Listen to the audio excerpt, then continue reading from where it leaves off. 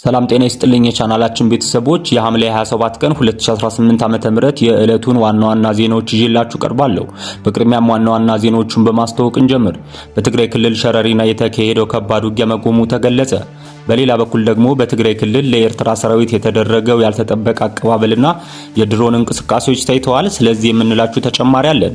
በተጨማሪም ግብጽ፣ ኤርትራና ሶማሊያን ጨምሮ 5 የአፍሪካ ሀገራት የተቀላቀሉት አዲሱ የቀይ ባህር የደህንነት ጥምረት ብዙዎችን እያነጋገረ ይገኛል። በሂደቱም ላይ የኢትዮጵያ ለመካተት ብዙዎችን አወዛግቧል።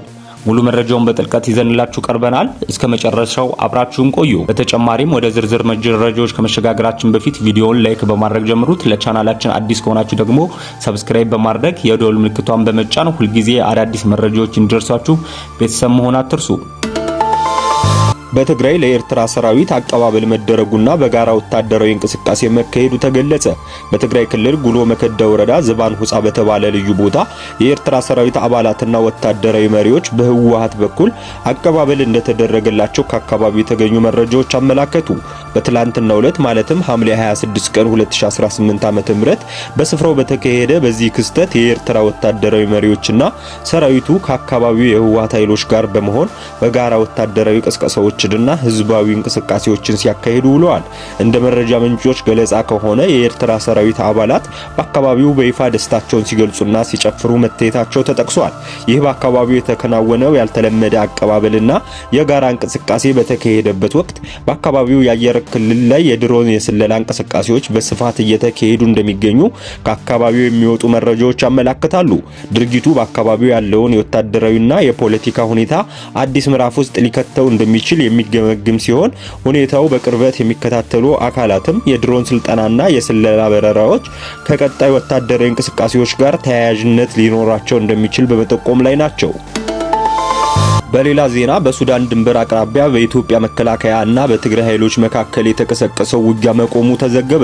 በኢትዮጵያ ሀገር መከላከያ ሰራዊትና በትግራይ ኃይሎች መካከል ከኢትዮጵያና ሱዳን ድንበር አቅራቢያ በሚገኘው ሸረሪና በተባለ ቦታ ተቀስቅሶ የነበረው ከፍተኛ ወታደራዊ ግጭት ከ23 ሰዓት ቆይታ በኋላ መቆሙ ተዘግቧል።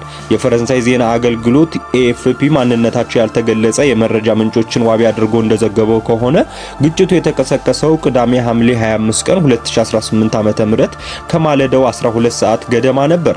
ውጊያው የተካሄደው መቀመጫውን በሱዳን በኩል አድርጓል ከሚባለውና በህወሓት ስር ከሚንቀሳቀሰው አርሚ 70 ክፍለ ጦር 70 እና በተከዜ ጠባቂ ኃይሎች በተደገፉት የኢትዮጵያ ሀገር መከላከያ ሰራዊት ክፍሎች መካከል እንደሆነ የተገኙ መረጃዎች አመላክተዋል።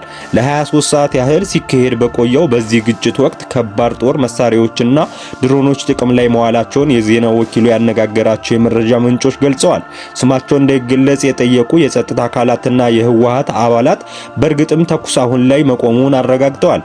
ነገር ግን በዚሁ አሰቃቂ ግጭት ምክንያት ምን ያህል ሰዎች እንደተገደሉ ወይም እንደቆሰሉ እስካሁን የተሰጠ መረጃ የለም። በተጨማሪም የፈረንሳይ ዜና አገልግሎት ከህወሓት በኩል የቀረቡትን መረጃዎች ትክክለኛነት በገለልተኛ ወገን ማረጋገጥ አለመቻሉን በዘገባው ጠቁሟል።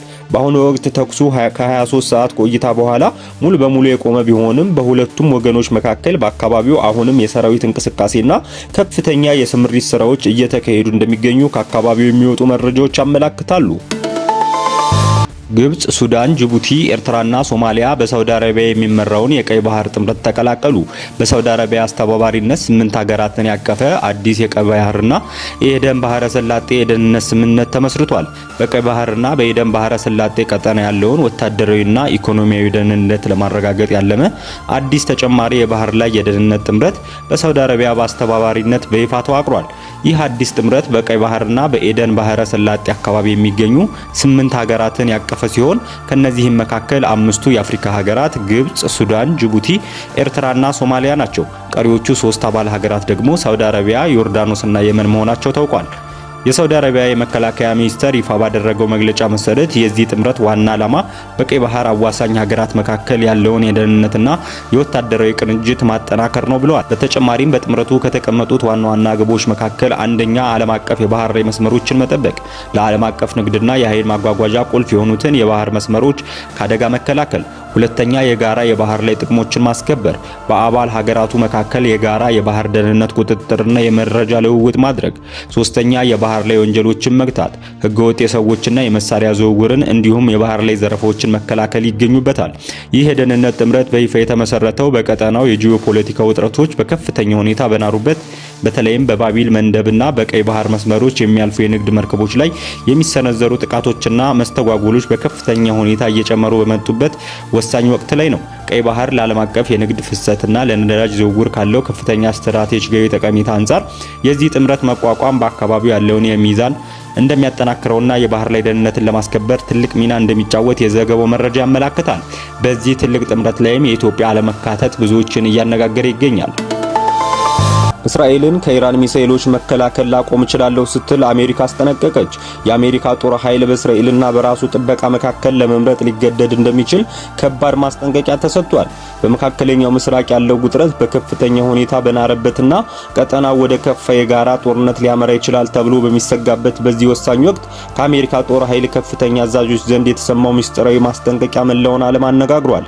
የአሜሪካ አውሮፓ እዝ አዛዥ ጀነራል የሆኑት ለሀገሪቱ የጦር መስሪያ ቤት ፔንታጎን በላኩት አስቸኳይና ምስጢራዊ ደብዳቤ በአካባቢው ያለው የጦር መርከቦችና የጦር መሳሪያዎች እጥረት አሳሳቢ ደረጃ ላይ መድረሱን ይፋ አድርገዋል። ጀነራሉ ባስተላለፉት የላቀ ማስጠንቀቂያ በአካባቢው ለተሰማሩ የአሜሪካ ኃይሎች በአስቸኳይ ተጨማሪ አጥፊ የጦር መርከቦች ካልተመደቡላቸው እስራኤልን ከኢራንና ከተባባሪዎቿ በሚሰነዘሩ የባለስቲክ ክሩዝ ሚሳኤሎች ከመከላከል ይልቅ የአሜሪካን ግዛትና የራሳቸውን ጦር ደህንነት ለማስቀደም ሊገደዱ እንደሚችሉ አሳውቀዋል። ይህ ውሳኔ አሜሪካ በመካከለኛው ምስራቅ ባላት ታሪካዊና ስትራቴጂካዊ ወታደራዊ አቋም ላይ ትልቅ ጥያቄ ያስነሳ ሲሆን ዋሽንግተን የገጠማትን ስትራቴጂካዊ የሀብት እጥረት በግልጽ የሚያሳይ እንደሆነም ይነገራል። ወራትን በተሻገረው ተደጋጋሚና እልህ አስጨራሽ ውጊያ ምክንያት በቀጠናው የሚገኙ የአሜሪካ የጦር መርከቦች ከፍተኛ የቴክኒክ ጥገናና እረፍት የሚሹበት ደረጃ ላይ ደርሰዋል።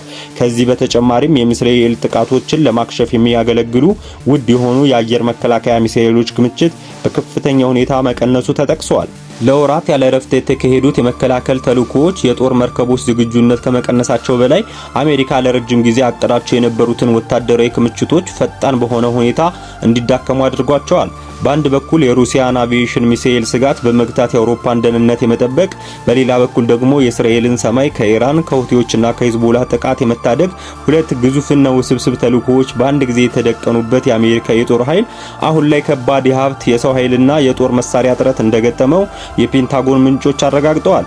ይህ አሁናዊ ሁኔታ ዋሽንግተን በመካከለኛው ምስራቅ የምታደርገውን ወታደራዊ ድጋፍ እንድትቀንስ ወይም ቅድመ ተኮር የሆኑ ውሳኔዎችን እንድትወስድ ሊያስገድዳት እንደሚችል የጂኦፖለቲካ ባለሙያዎች በመተንተን ላይ ይገኛሉ። እስከ ቪዲዮ መጨረሻ አብራችሁን ስለቆያችሁ ከልብ እናመሰግናለን። እናንተም ቻናሉን ለማበረታታት ያህል ላይክ እንዲሁም ሰብስክራይብ በማድረግ ተባበሩን። እንዲሁም በሌሎች መረጃዎች እንመለሳለን። እስከምንገናኝ ቸር ቆዩ።